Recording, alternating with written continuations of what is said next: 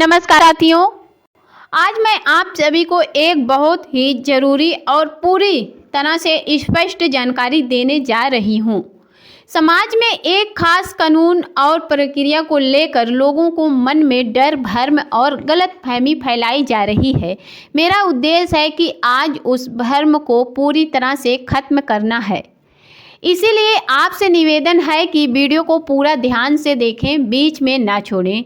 अधूरी जानकारी हमेशा नुकसान देती है। और दोस्तों, आपका स्वागत है आपके अपने YouTube चैनल सोनम की वॉइस में। दोस्तों, आज हम बात करने वाले हैं नागरिकता संशोधन कानून CA, NRC और NRCR स्पाइकल इंटर सर्विस रिएक्शन से जुड़ी सभी भ्रमों की। नागरिकता संशोधन कानून CAA क्या है? दोस्तों, CAA साल 2019 में लागू हुआ है।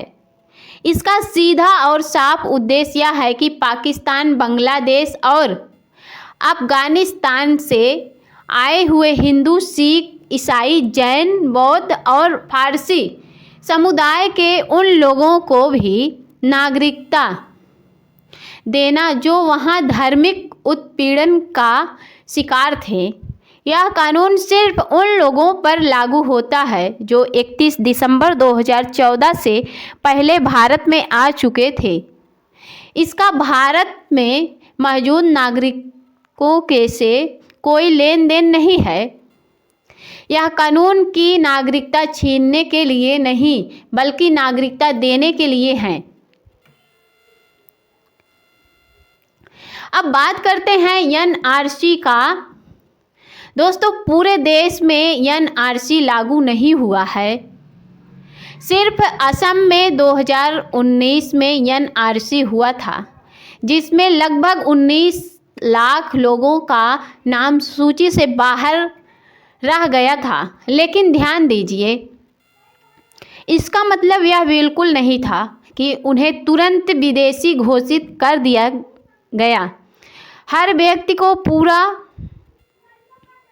कानूनी अधिकार दिया गया था। पहले विदेशी ट्रिब्यूनल, फिर हाई कोर्ट और अंत में किसी को जबरदस्ती डिटेंशन कैंप नहीं भेजा गया था। किसी को तुरंत देश से बाहर नहीं निकाला गया था। ये सारी बातें अफवाहें हैं जो जानबूझकर डर फैलाने के लिए फैलाई जाती हैं। SIR क्या है? स्पाइकल इंटर सर्विस रिएक्शन। अब सबसे बड़ा कन्फ्यूजन यही है कि SIR को NRC समझ लिया जाता है। दोस्तों, SIR और NRC दोनों में बिल्कुल अलग चीज़ें हैं। SIR का काम सिर्फ वोटर लिस्ट को साफ करना है, जैसे कि कौन जीवित है, कौन मृत हो चुका है, किसका मृत्यु हो चुका है और कौन जीवित है। SIR का काम सिर्फ यही है। डुप्लीकेट नाम, पता बदल गया है या नहीं, इसका नागरिकता से कोई संबंध नहीं है। की वोटर लिस्ट में सच अब एक बहुत ज़रूरी और राहत देने वाली जानकारी आई है। अगर आपका नाम या आपके माता पिता या दादा दादी का नाम 2003 की वोटर लिस्ट में है, तो वही सबसे मजबूत सबूत है।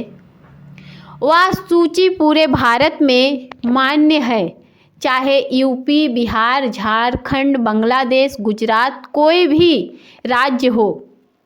तो उस लिस्ट की फ़ोटोकॉपी निकालिए और SIR फॉर्म के लिए लगा दीजिए। ज़मीन के कागज़, पासवर्ड, नया जन्म प्रमाण पत्र, इन सब की कोई ज़रूरत नहीं है जब तक आपसे विशेष रूप से ना मांगा जाए।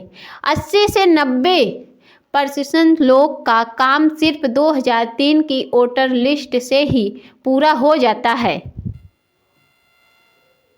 अगर 2003 में कहीं और रहते थे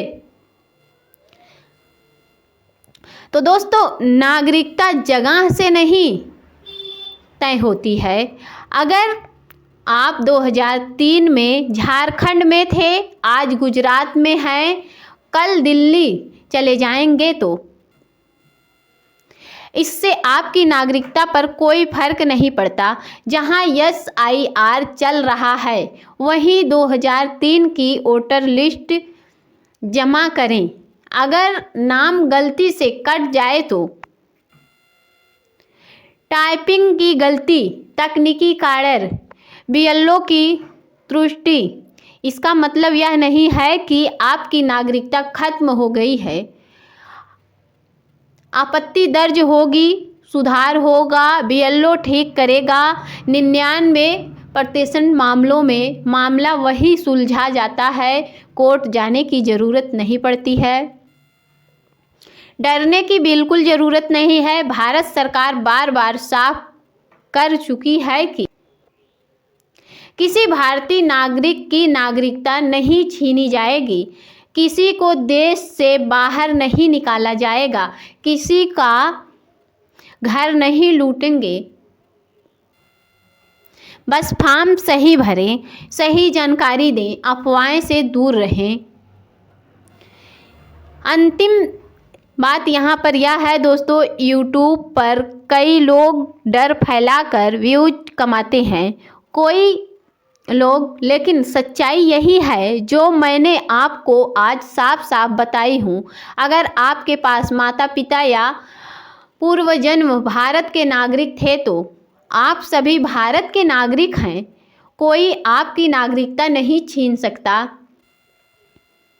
अगर वीडियो पसंद आई हो तो लाइक करें, शेयर करें और अगर चैनल पर पहली बार आए हैं तो सोनम की वॉइस को सब्सक्राइब करके बेल आइकन को ज़रूर दबाइए।